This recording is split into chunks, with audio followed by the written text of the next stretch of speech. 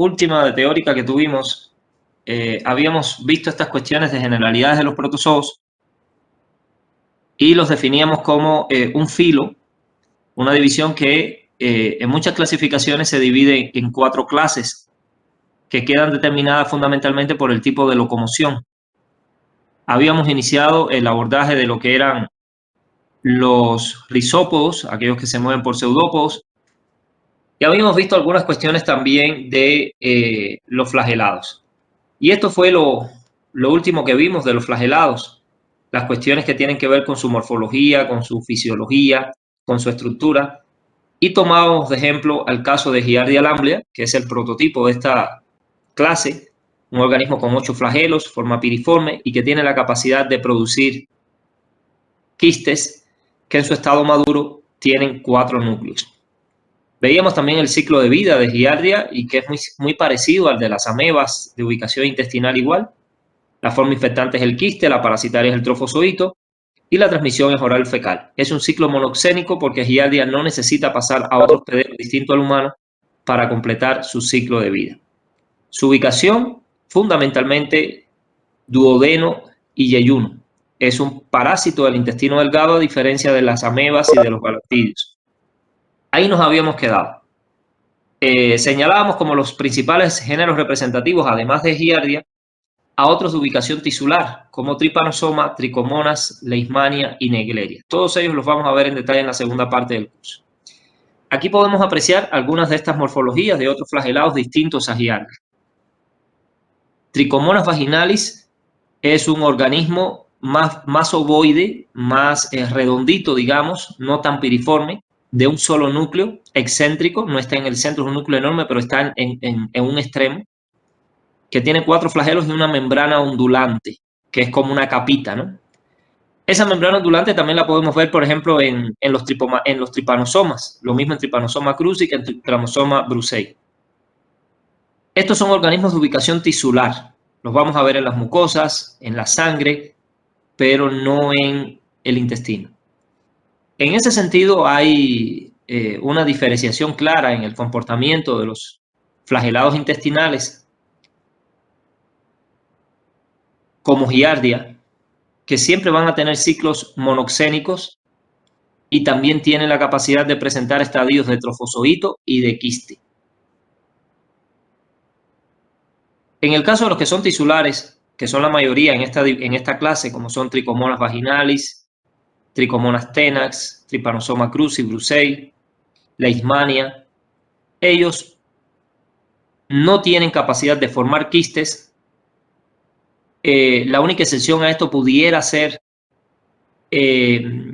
Naegleria fowleri, que sí forma quistes, pero el quiste Naegleria fowleri lo forma solo en el medio ambiente, no en nuestros tejidos. Así que en el cuerpo humano la máxima esta sigue siendo válida, es decir, ellos en nuestros tejidos no forman quistes, los flagelados tisulares. Y en el caso de lo heteroxénico, eso sí es una cuestión que admite excepciones, y el ejemplo clásico son las especies del género Trichomonas. Pero para la mayoría es válido. La mayoría de los flagelados tisulares son heteroxénicos. Para completar su ciclo de vida, para poder pasar por todos sus estadios morfológicos y fisiológicos, necesitan 2 especies, donde el humano es una y la otra muchas veces es un insecto, una mosca, un mosquito, etc. Les decía que en el caso de Trichomonas no.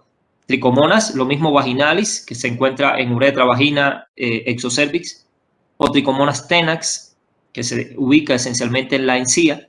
Ellas pueden transmitirse entre humanos, completar su ciclo de vida, su división por fisión binaria. Hay un solo tipo de trofozoito, no hay quistes, y en consecuencia es definitivamente un ciclo monoxénico como el que hace Giardia. Pero es la excepción, ¿no? Lo normal es que los flagelados tisulares como Leishmania, Trypanosoma y muchos otros tengan un ciclo heteroxénico. Y este es el ejemplo, ¿no? Trypanosoma brucei, causante de la enfermedad del sueño o tripanosomiasis africana, es un flagelado tisular que lo vamos a encontrar cómodamente en la sangre, multiplicándose allí por fisión binaria, en su forma parasitaria, que es el tripomastigote. Pero él tiene otra morfología. tiene otra morfología que es el epimastigote. En su momento, ya cuando abordemos este tema en el género como tal, Trypanosoma, vamos a ver las diferencias entre el tripomastigote, el epimastigote, la mastigote y todas las demás. Aquí simplemente señalar que morfológica y fisiológicamente son distintos, y en el humano solo vamos a encontrar al tripomastigote. Ese tripomastigote llegó por la picadura de una mosca, se llama popularmente, ¿no? Se le llama mosca CC, una mosca africana, por eso la enfermedad es de allí. Solo en ese insecto es que el protozoario se puede multiplicar. Te inyecta el tripomastigote metacíclico, rápidamente se convierte en tripomastigote y comienza a multiplicarse por fisión binaria. Otra mosca tiene que picar a ese individuo enfermo para llevarse los tripomastigotes. Y ya luego en el intestino de la mosca, el tripomastigote comienza a sufrir cambios para generar inicialmente un tripomastigote procíclico y luego la forma reproductiva habitual en él, que es el epimastigote. Ubicado en las glándulas salivales, ese epimastigote se va a transformar en un tripomastigote metacíclico, levemente diferente al que vamos a ver en la sangre humana, listo para cuando pique la mosca en la saliva vaya a infectarnos. Queda claro que este es un ciclo heteroxénico, porque participan dos organismos de especies distintas. La mosca haría las veces de vector, porque si bien el microorganismo se puede multiplicar en ella, no va a sufrir la enfermedad. No podemos hablar aquí entonces de un hospedero primario o secundario, en el sentido de que en ambos el microorganismo se multiplica de forma asexual. Y eso sí es importante señalarlo, ¿no? Dentro de las características de los flagelados señalábamos que solo se multiplican de forma asexual. En eso sí no hay ninguna excepción en esta clase. Pasemos a la última de estas 4 clases, que son los esporozoos.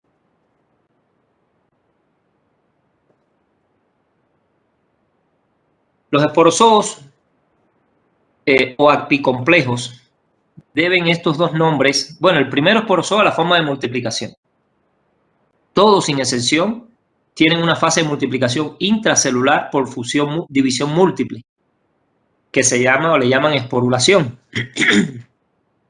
Las células que emergen de allí, pudiéramos llamarle esporas, ¿no? Pero no son realmente unas esporas, no van a tener filamentos polares que forman el cono apical.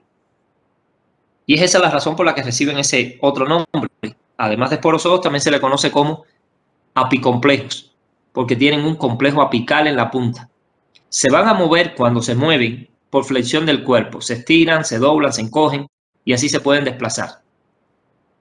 En esta clase, todos son parásitos.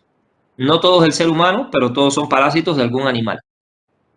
Y esto está determinado también por esa necesidad de multiplicarse en el interior de células del hospedero. El complejo apical lo vemos en la imagen inferior de la izquierda. Voy para allá con una flecha para determinar bien las estructuras. Lo primero aquí a señalar, bueno, evidentemente vamos a tener mitocondrias, vamos a tener un núcleo, vamos a tener sistemas membranosos como el aparato de Golgi, pero el complejo apical es esta región, todas estas estructuras que se encuentran en el ápice, en la parte más delgada del protozoario. Vean que tiene forma de cono. Ahí en amarillo se señalan las rostrías. Vendrían siendo como estructuras de formación y secreción de enzimas, de exoenzimas. Allí se producen, allí se acumulan y van a viajar esas enzimas por estos filamentos largos, que son las rostrías, y van a ser secretadas a través de la punta, ¿no? A través de ese cono, ese anillo polar. Esas enzimas van a actuar directamente sobre la membrana plasmática de la célula hospedera y lo podemos ver exactamente aquí, en esta imagen de arriba. Vean lo que hace ese cono apical y vean lo que hacen las enzimas que producen las rostrías. Permiten que el parásito pueda entrar en la célula del hospedero sin romperla, sin dañarla y, lo más importante, sin que esto produzca una vacuola fagocítica. Él va a formar efectivamente una vacuola, que aquí la vemos, pero esa vacuola no es fagocítica. no se va a fusionar con lisosoma alguno. Y definitivamente, pues allá dentro del microorganismo se va a comenzar a multiplicar por esa división múltiple. Es un proceso asexual que se llama esquizogonia o merogonia, según el tipo de parásito que se trate. Y ya luego vean cómo el parásito, una vez que esas células ya están maduras, rompe la vacuola y junto con la vacuola la célula que le dio la posibilidad de multiplicarse, y puede volver a realizar el mismo ciclo uniéndose a otras células. Esa es la esquizogonia, esa es la división múltiple asexual que realizan los esporozoos en los organismos hospederos. Es lo que hacen en nosotros, es lo que hacen en las vacas, en cualquier organismo donde vayan a parar. Su respiración aerobia, todos son aerobios estrictos. El núcleo, que es uno solo, es haploide. Los cromosomas no están duplicados. En cuanto a la reproducción, esto que acabamos de ver, esta merogonia o esquizogonia, es la forma de reproducción asexual. Pero ellos también tienen la capacidad de producir gametocitos. Gametocitos que pueden, fecundar, generar una formación de un cigoto, donde va a ocurrir la meiosis, luego se restablece ese número haploide, y las células que surgen de allí, evidentemente, son de origen sexual, son diferentes entre sí, y es algo que también ellos logran hacer en sus hospederos definitivos. Porque en los esporozoos, como si hay reproducción sexual, hay que entender esto, ¿no? Aquellos que tienen ciclos heteroxénicos, que son muchísimos, la reproducción sexual solamente la tienen en los hospederos definitivos, mientras que en los hospederos intermediarios solamente van a reproducirse de forma asexual. Tienen ciclos de vida bastante complejos los esporozoos que tienen ciclos heteroxénicos. Y vamos a ver algunos ejemplos. Entre los géneros representativos de esta clase, que es por mucho la más relevante en la medicina, aquí están no solamente varios de los más prevalentes, están los más prevalentes y muchos de los agentes infecciosos más letales de la especie humana por siglos. Vamos a encontrar aquí a Cryptosporidium, que es una pesadilla para los pacientes SIDA. Vamos a encontrar a Plasmodium, los causantes de la malaria o paludismo, que ya les he comentado. Eso infecta cientos de millones de personas todos los años y mata a cientos de miles. Siempre está entre las 3 primeras causas de muerte por enfermedades infecciosas a nivel global, disputándose el número 1 con la tuberculosis, el SIDA, ahora con el coronavirus, pero siempre está entre ellos. No se habla tanto porque es una enfermedad mayormente de países pobres, desafortunadamente es así, África, sur de Asia, pero eventualmente hay algunos casos en América Latina, incluso en el sur de Europa. Los géneros representativos aquí entonces son ellos 3. Bueno, Toxoplasma también. Toxoplasma es el más prevalente de todos, el parásito más prevalente en la especie humana y en muchas otras especies, un fuera de serie, digamos. Y además de estos, pues hay muchísimos otros, ¿no? La mayoría de ellos de ubicación intestinal, como es Isospora belli, Cayetanensis, varios de estos coccidios que en el intestino humano pueden causar cuadros diarreicos moderados, a veces un poquito graves. Pero estos 3 sin duda son los más representativos. Cryptosporidium tiene un ciclo totalmente monoxénico, en su momento lo vamos a estudiar, un ciclo interesante, complejo, pero monoxénico. Sin embargo, Toxoplasma y Plasmodium tienen ciclos heteroxénicos. Veamos de manera general, para que se lleven una idea preliminar, cómo es el ciclo de vida de estos que son sin dudas 2 de los parásitos más importantes en la medicina, quizá los 2 más importantes, Toxoplasma y Plasmodium. Voy a tomar una flecha para describir de manera general, y digo general porque lo vamos a ver en detalle más adelante en el curso. Como se trata de un parásito heteroxénico de reproducción sexual, hay un hospedero definitivo y hay hospederos intermediarios. Recordamos que el hospedero definitivo de un protozoario es aquel que permite la multiplicación sexual. Y en este caso, el hospedero definitivo de Toxoplasma no somos los humanos, son estos personajes que están aquí en uno, los felinos. Un tigre, una pantera, un jaguar, un lince. Pero evidentemente ninguno de ellos tiene tanta relevancia en el ámbito médico. Aquí el culpable es el gato, que es el único cercano al ser humano. De manera que vamos a hablar del gato para hacer las cosas más simples. En el intestino del gato y cualquier otro felino, ese parásito se va a multiplicar de forma sexual, va a generar sus gametocitos, habrá la fecundación, etc. Y como resultado se formarán lo que se conoce como ooquistes. Esos ooquistes de Toxoplasma gondii van a salir en las heces fecales del gato, pero no son infectantes en ese tiempo. A diferencia de muchos otros protozoos como Giardia, como Entamoeba, que el quiste ya sale maduro, en el caso de Toxoplasma no es así. Este ooquiste sale inmaduro y necesita de 48 a 72 horas en el medio ambiente para poder ser infectivo. Eso significa que si uno de estos que está aquí a la derecha, dígase un perro, un borrego, un ratón, una urraca, se comen un alimento contaminado con heces fecales recientes, depuestas por un gato, es decir, fresquitas, todavía calientitas, definitivamente no se va a infectar, porque ese ooquiste todavía no está maduro. Necesita de ese alto contenido de oxígeno del aire, de esas temperaturas frescas que hay en el ambiente para poder madurar. Y no se va a enfermar. Pero si ya las heces fecales en el alimento ya llevan bastante tiempo, el ooquiste estará maduro. Y estos que están a la derecha, que son hospederos intermediarios, harán que ese ooquiste se rompa y produzca trofozoitos. Trofozoitos que van a viajar por la sangre y van a llegar a distintos órganos. En sus células van a entrar, se van a multiplicar de forma sexual por esta esquizogonia que ya vimos. Y así lo irán haciendo hasta que el sistema inmune en algún momento les ponga un alto. En algunos casos, cuando entran a los tejidos, permanecen en latencia, generando unas estructuras que se conocen como quistes tisulares. Y bueno, los organismos podrán enfermar, sufrirán algunas lesiones. Algunos de ellos podrán terminar en la boca de un gato. Está claro que el gato come palomas, come gallinas, come ratones y también come alguna carnita que tú le eches o alguna víscera de un borrego, por ejemplo, de una vaca. Y así se completa el ciclo, ¿no? Estos animalitos se infectan al consumir animales contaminados por los gatos y los gatos se infectan al consumir carne de animales que tengan toxoplasma. ¿Cómo se mete el humano en este ciclo? Bueno, el humano llega aquí por dos razones. Una es la que está en 3.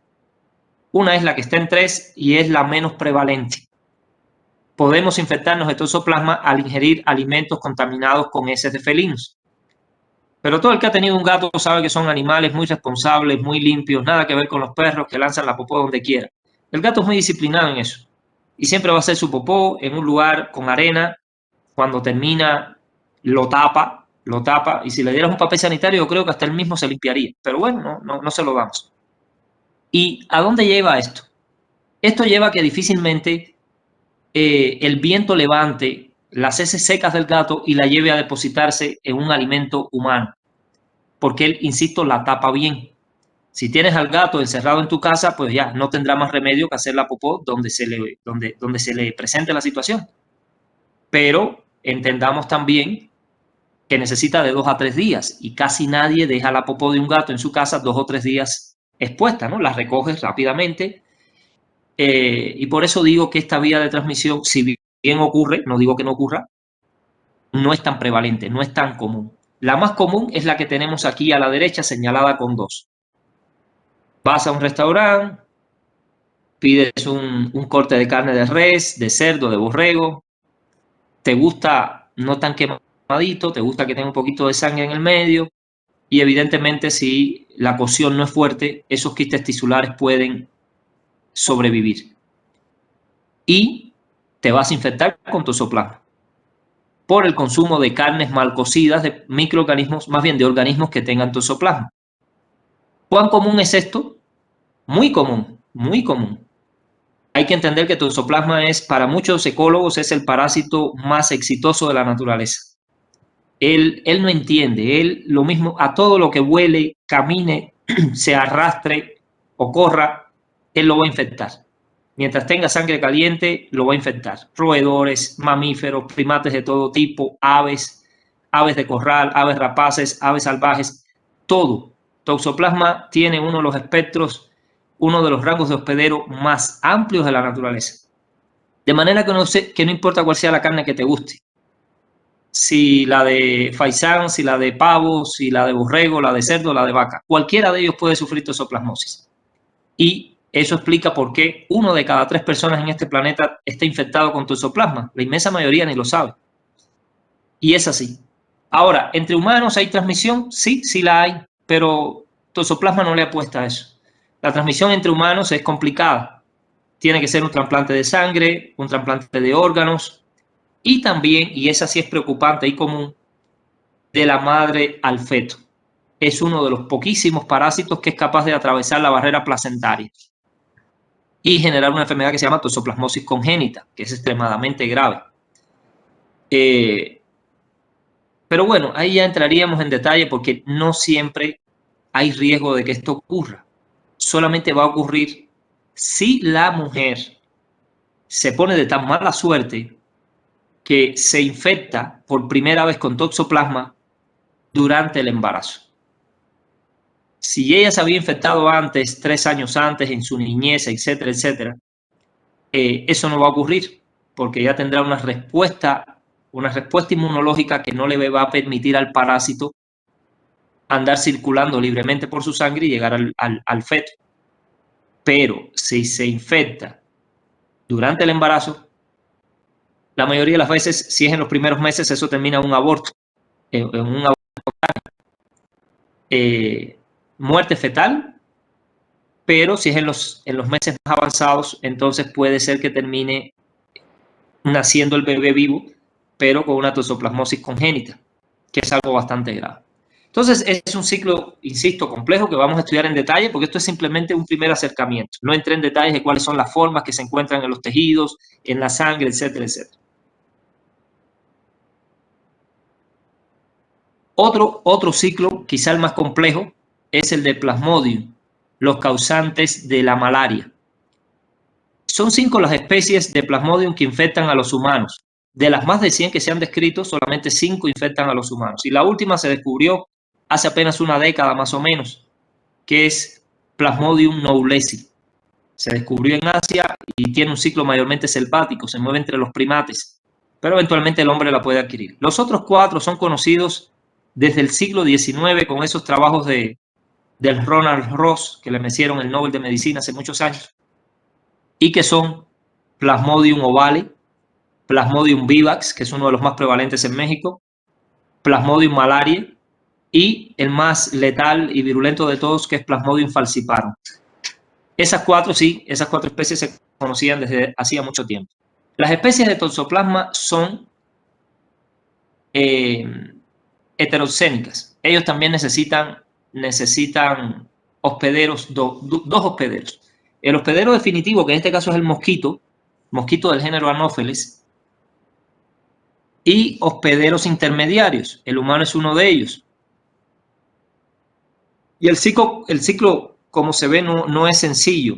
El mosquito va a llegar y en su saliva va a tener un estadio del parásito que se llama esporozoito. Aquí lo podemos ver. Son filamentos muy chiquitos, alargados, móviles. Al chupar la sangre, parte de la saliva del mosquito entra en la sangre y esos esporozoitos se van a dirigir a los hepatocitos.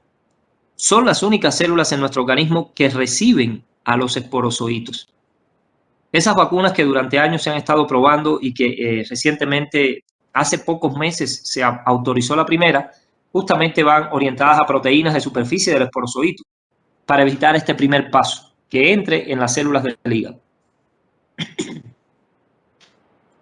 Allí va a tener lugar una multiplicación asexual por esquizogonia,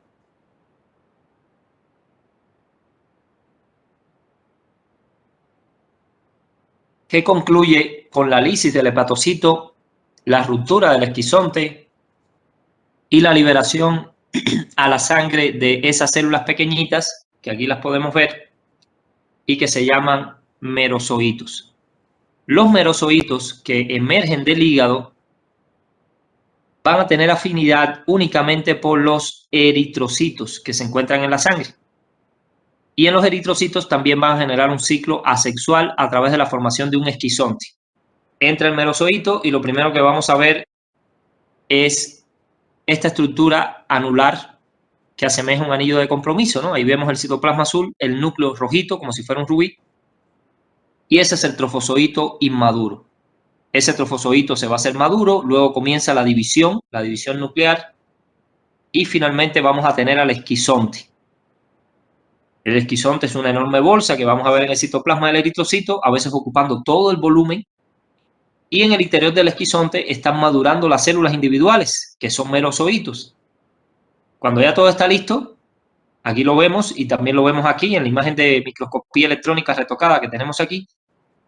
El esquizonte se rompe el eritrocito y quedan libres los merozoitos de nuevo, listos para infectar otros eritrocitos. Y así se va repitiendo el ciclo eritrocitario, que es un ciclo asexual, muchas veces. De vez en cuando, ese trofozoito inmaduro no forma un esquizonte, sino que deviene en formación de gametocitos, masculinos o femeninos. Aquí los podemos ver. El femenino, vean la morfología, la ubicación del núcleo, del pigmento malúrico o malárico, y el masculino. Vean cómo Plasmodium falciparum tiene una morfología de sus gametocitos distintas, ¿no? Tienen forma como de una media luna o de un plátano. Siendo francos, cada especie genera una morfología de gametocitos masculinos y femeninos diferente. Y los que son especialistas en esto las conocen al detalle porque es una forma también de identificación de la especie. Pero no vamos a entrar en detalle en eso ahora, ¿no? Simplemente allí en la sangre humana, en los eritrocitos, se forman los gametocitos. Pero esos gametocitos no pueden fecundar, no se pueden unir en el ser humano, porque ellos necesitan madurar a un estadio superior para que tenga lugar la fecundación. Y eso no hay forma que ocurra en el ser humano, solamente ocurre en el intestino de su hospedero definitivo, que es el mosquito del género Anopheles. Otro mosquito va a chupar la sangre del paciente que tenga malaria, se va a llevar de todo, ¿no? Se va a llevar eritrocitos con esquizontes, con trofozoitos, inmaduros, maduros y por supuesto con gametocitos.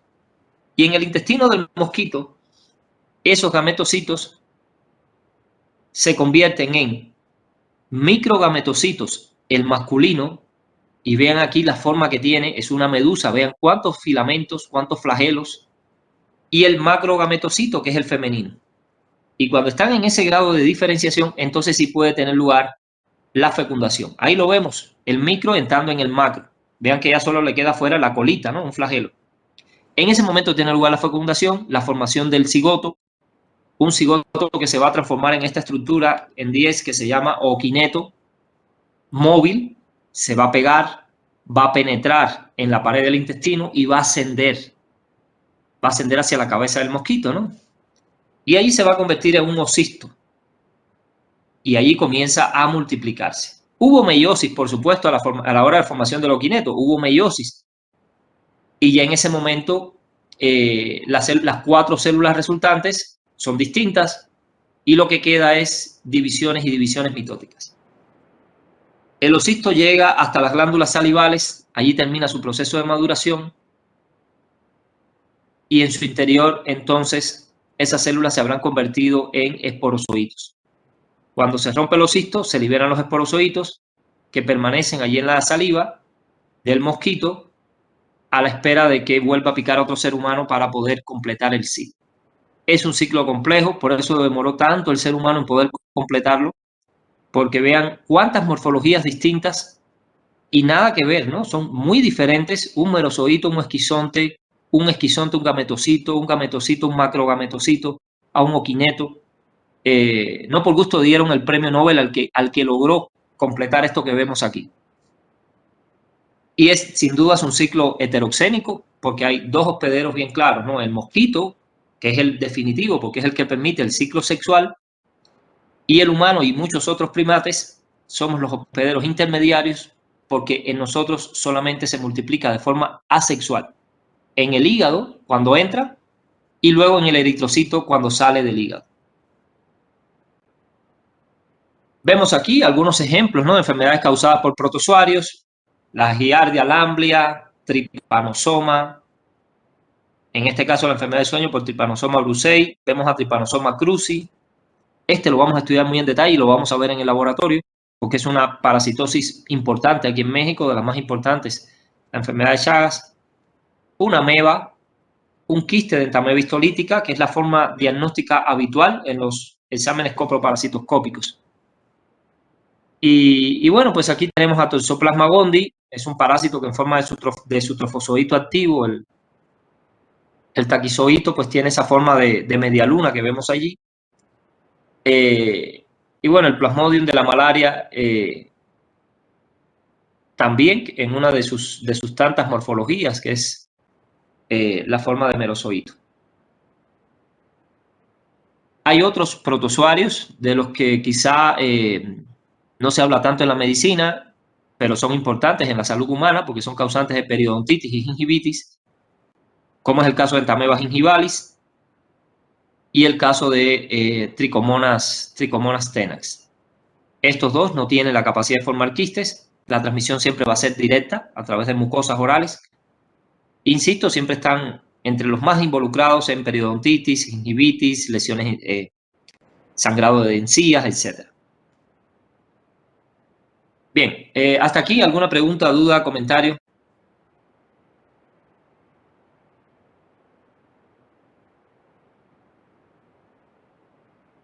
No, todo bien, profe.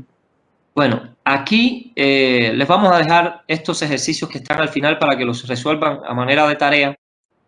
Y en la siguiente clase vamos a iniciar por revisarlos de manera rápida, ¿no? Son todas estas preguntas que se encuentran al final de esta diapositiva que ya tienen en el correo y les van a permitir, evidentemente, pues consolidar algunos de estos temas más centrales de esta introducción a los protozoos, que son sus generalidades. Entonces, como ven, son varios ejercicios, por favor realícenlos. En la siguiente clase iniciaríamos revisando estas preguntas. ¿Hasta dónde viene el examen? No, el examen todavía falta. Es decir, ustedes van a tener el examen el jueves. Entonces, hasta la última clase antes del examen, vamos a tener, digamos, el contenido, ¿no? Y más en el caso de este grupo, que creo que es el que tiene 2 horas conmigo el lunes y perdió 2 horas en relación a los otros grupos por el asunto del feriado del día 7 de febrero. Ya yo les diré exactamente el lunes, a más tardar el lunes, hasta qué tema vamos a abordar en el examen teórico. Y digo hasta el lunes para evitar que algún imprevisto, ¿no?, saque algún pequeño tema del contenido. Pero ahí el lunes ya tendrán exactamente el límite, ¿no?, del último tema que se verá en ese examen del jueves. Bueno, entonces por hoy va a ser todo. Vamos a concluir y ya nos estaríamos viendo en la siguiente clase para continuar abordando este tema de protozoarios. Muchas gracias y buenos días.